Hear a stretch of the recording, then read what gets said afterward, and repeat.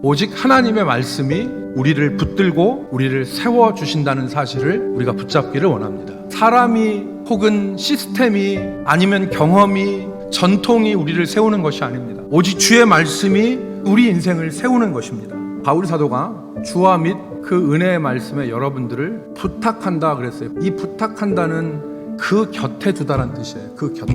그러니까 이것은 말씀과 밀접함을 의미하는 것입니다. 주의 말씀에 가까이 해라. 바로 이 말입니다.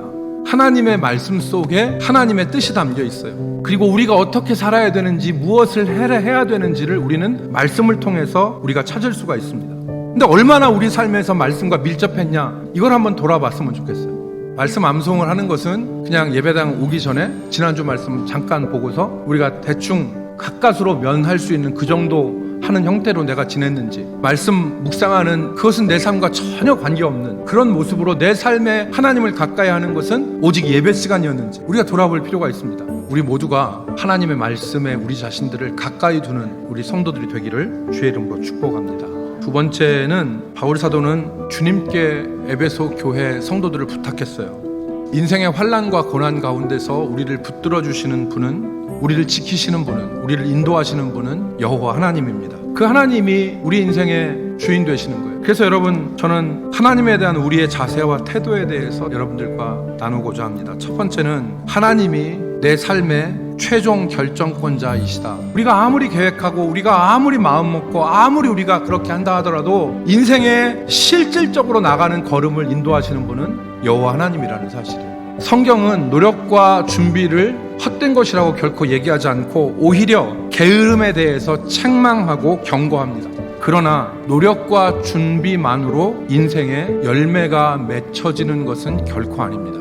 하나님이 없는 노력, 하나님이 없는 열심, 방향이 잘못된 열심은 의미가 없는 것이죠. 여호와께서 집을 세우지 아니하시면 세우는 자의 수고가 헛되고, 여호와께서 성을 지키지 아니하시면 파수꾼의 깨어 있음이 허사로다.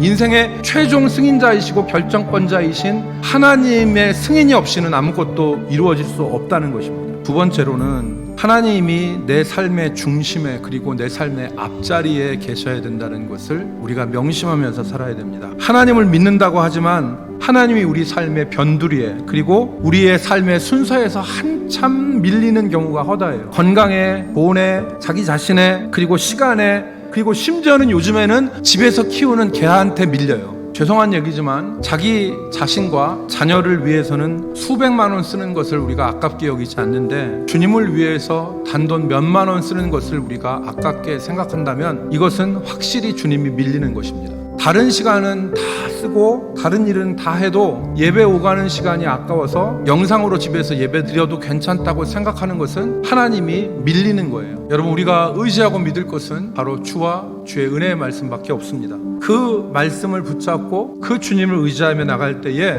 든든히 세워지고 거룩하심을 입은 자들 가운데서 구원의 열매, 기업을 얻을 수가 있는 것입니다. 저와 여러분 모두가 만물에게 생명과 호흡과 만물을 주시는 우리 하나님을 의지하면서 승리하며 나갈 수 있기를 주의 이름으로 축복합니다.